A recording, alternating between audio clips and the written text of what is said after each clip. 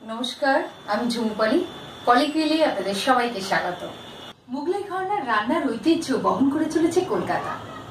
এখানেই পাওয়া যায় দুর্দান্ত সব মোগলাই ডিশ। আজকে আমি বানাচ্ছি এইরকমই একটা দুর্দান্ত মোগলাই ডিশ, মাটন রেজালা। আজকে আমি ভীষণ খুশি, শুধু এটা বানাচ্ছি বলে নয়, আমার বন্ধুদের অনেক দিনের অনুরোধ আজকে আমি রক্ষা করতে পারছি বলে। চলুন শুরু করা যাক। মাটন রেজালা বানানোর জন্য আমি 750 গ্রাম মাটন নিয়েছি। খাসির মাংস যেহেতু মুরগির মাংসের মতো নরম নয়, সেই জন্য রান্না করার আগে মাংসটাকে একটু নরম করে নিতে হয়। নরম করার জন্য আমি মাংসটাকে 7 থেকে 8 ঘন্টা আগে 250 গ্রাম কাঁচা পেঁপে বেটে মাখিয়ে রেখেছি। মাংসকে নরম করার জন্য বাজারে বিভিন্ন রকম টেন্ডারাইজার কিনতে পাওয়া যায়, আপনি সেগুলোও ব্যবহার করতে পারেন। এবার আমি এই পেঁপে বাটা সরিয়ে নিচ্ছি।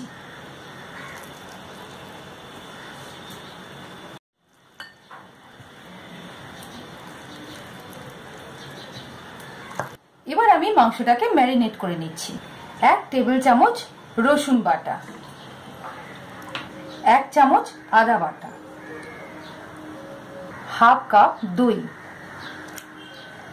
1 চা চামচ ধনে গুঁড়ো, 1 চামচ শুকনো লঙ্কার গুঁড়ো। ভালো করে মশলাগুলো মাংসের সাথে মাখিয়ে 1 ঘন্টার জন্য ম্যারিনেট করে রাখতে হবে।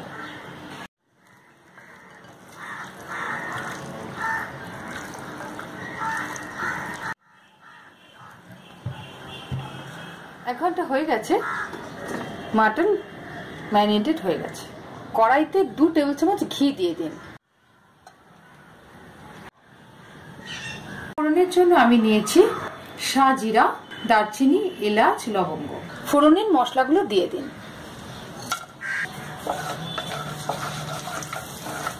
এবার ম্যারিনেট করা মাটনটা দিয়ে দিন।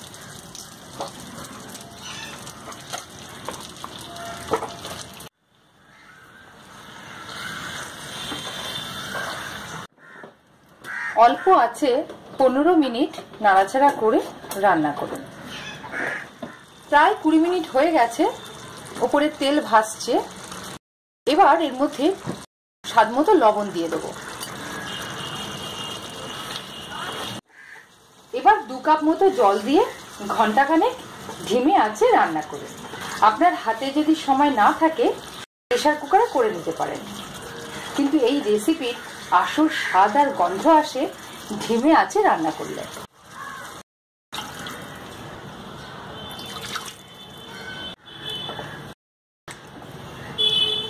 এবার ঢাকা দিয়ে 1 ঘন্টা মতো ধিমে আঁচে রান্না হতে দিন। 1 ঘন্টা মতো হয়ে গেছে, এবার একটু দেখে নিন। হ্যাঁ, মাংসটা প্রায় হয়ে এসেছে। এবার দিতে হবে 1 চামচ পোস্ত বাটা, 1 চামচ আমন্ড বাদাম বাটা, 1 চামচ কাজু বাদাম বাটা।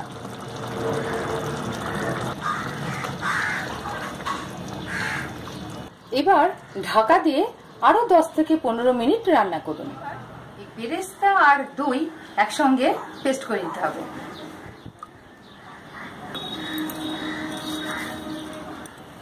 খুব সুন্দর ব্লেন্ড হয়ে গেছে। 15 মিনিট হয়ে গেছে। এবার এই ব্লেন্ড করা বেরেস্তা দই দিয়ে দিতে হবে।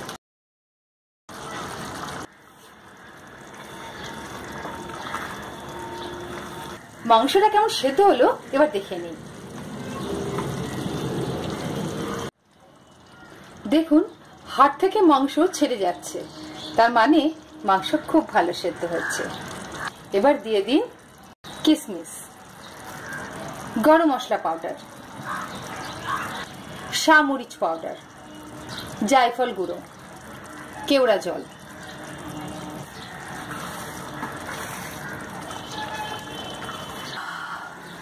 মাটন রেজালার অপূর্ব গন্ধ চারিদিক ভরিয়ে তুলেছে। গ্যাস বন্ধ করার আগে 2 টেবিল চামচ ক্রিম দিয়ে দেবো।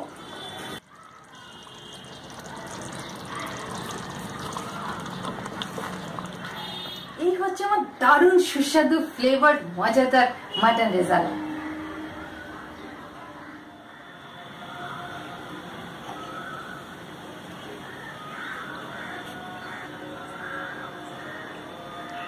আজকে আমি মাটন রেজালা সার্ভ করছি দুটো জিনিসের সাথে, লাচ্ছা পরোটা এবং বাটার লেমন রাইসের সাথে।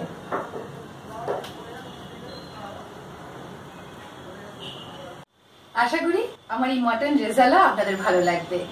আমার রেসিপি ফলো করে বানিয়ে ফেলুন। আমার সঙ্গে থাকুন, আবার দেখা হবে। টাটা।